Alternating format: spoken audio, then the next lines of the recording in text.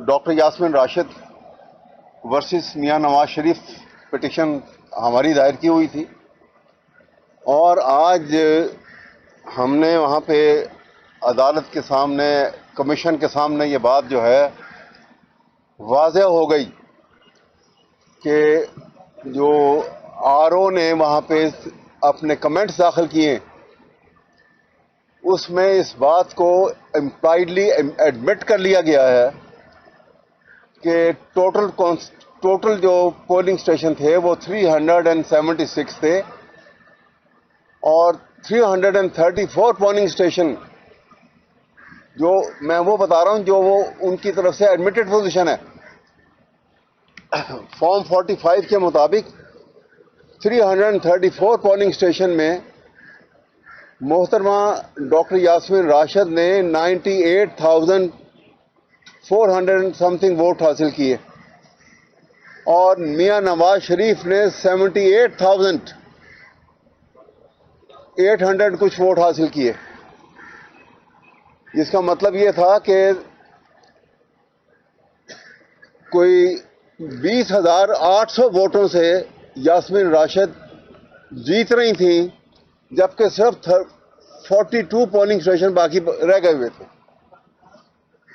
और वो 42 के जो रह गए थे वो रातों रात, उस वक्त इन्होंने रातों रात एक आईओ जो रिटर्निंग ऑफिसर था उसको तब्दील किया। पोलिंग एजेंट जो था डॉक्टर यास्मीन राशिद का, उसको कमरे से बाहर निकाला। ही वॉज पुश्ड आउट, उठा के बाहर फेंका उसको। और उसके बाद इन्होंने एक नया रिजल्ट तैयार किया और नए रिजल्ट के मुताबिक वो जो 42 पोलिंग स्टेशन बाकी थे उनमें दिखाया गया कि मियां नवाज शरीफ को 1,07,777 वोट मिले, जो 334 पोलिंग स्टेशन में जिनको वोट जो है वो 78,000 मिले थे, वो सिर्फ 42 पोलिंग स्टेशन में उनको वोट दिखाए गए 1,07,777 वोट। और डॉक्टर यास्मीन राशिद जिन्होंने 99,000 वोट हासिल किए थे, लेकिन 42 पोलिंग स्टेशन जो बाकी बचे थे जहां पे ये सारी जालसाजी की गई, रात को दिखाया गया कि 5,000 वोट उसको मिले।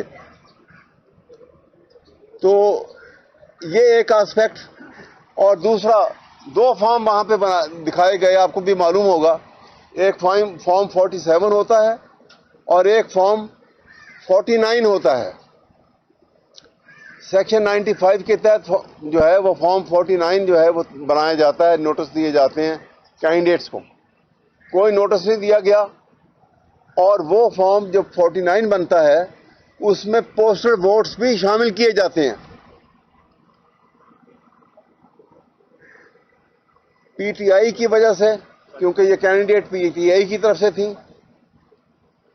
और इमरान खान जिसके बानी चेयरमैन, लोगों ने हजारों की तादाद में पोस्टल वोट जो हैं वो इनके नाम पे भेजे थे, लेकिन फॉर्म 49 में एक भी पोस्टल वोट जो है शामिल नहीं किया गया। ये सिर्फ दिखाने के लिए कि मियां नवाज शरीफ को जिताना है उन्होंने। अदालत ने ये नोटिस लिया। और एक और बहुत बड़ी बात जो मैं बताना चाहता हूं, जिसका आज कमीशन ने बहुत बड़ा नोटिस लिया है और उन्होंने कहा कि ये तो बहुत बड़ी बात है, इसको हम गौर से देख के हम बाकायदा इसके ऊपर अपना एक ऑर्डर पास करेंगे। और वो ये है कि इस जो NS 130 जो कॉन्स्टिट्यूएंसी है नेशनल असेंबली की, इसमें सूबाई असेंबली के दो कॉन्स्टिट्यूएंसी 173 और 174 और 170 के सिर्फ 14 पोलिंग स्टेशन इसमें शामिल हैं। जितने वोट इन प्रोविंशियल असेंबली की कॉन्स्टिट्यूएंसी के होने चाहिए थे, सबके मिला के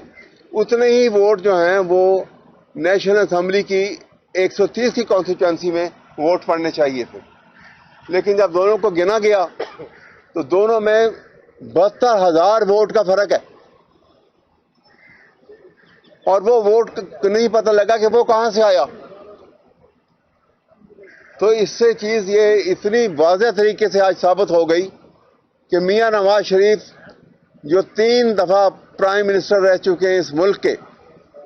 और करप्शन के चार्ज तो अलग लगे, और प्रॉपर्टी आज भी उनकी अरबों की मौजूद है, लेकिन इतना छोटा और इतनी गिरी हुई अखलाकी हरकत,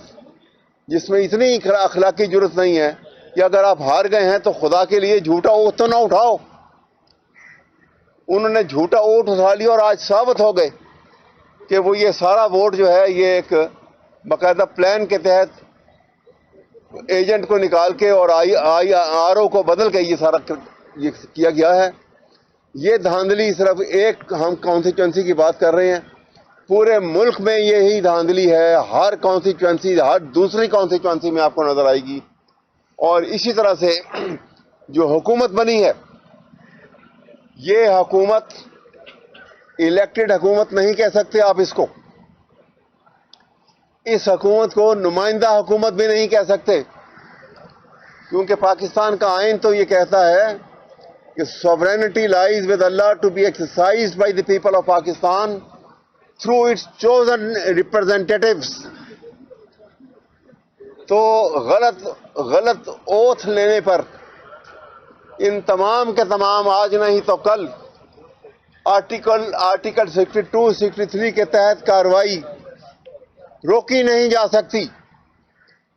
और जो लोग बाहर से शामिल होकर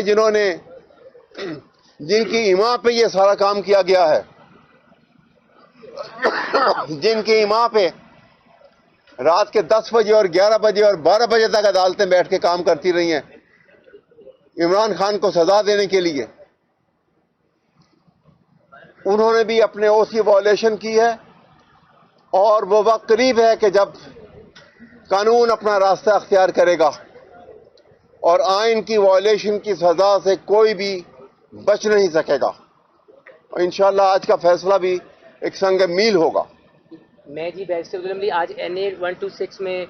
मलिक तोकीरबाज साहब खोखर जी की कोर्ट से पेश हुआ, जिसमें हमारे ओपोनेंट कैंडिडेट लाहौर के प्रेसिडेंट जो नून लीग के जिताया गया है मलिक सैफुल खलूक खोखर साहब, उनकी उस हल्के में हम पेश होकर आ रहे हैं। और उसमें भी आज जो पिटिशन में हम लोग बात करते रहे हैं और हमने बताया कोर्ट को कि तोकीर साहब के साथ कितनी ज्यादती हुई, और वहाँ पर फॉर्म 45 जारी हमारे हक में हो गया और फॉर्म 47 रातों रात जो उसका किया गया उसकी एक और रेलेवेंस है। मैं उस हल्के में इलेक्शन लड़ रहा था, मुझे खान साहब ने टिकट जारी नहीं किया, लेकिन मैं खुद उस हल्के का चश्मदीद गवाह हूं क्योंकि मेरे वहाँ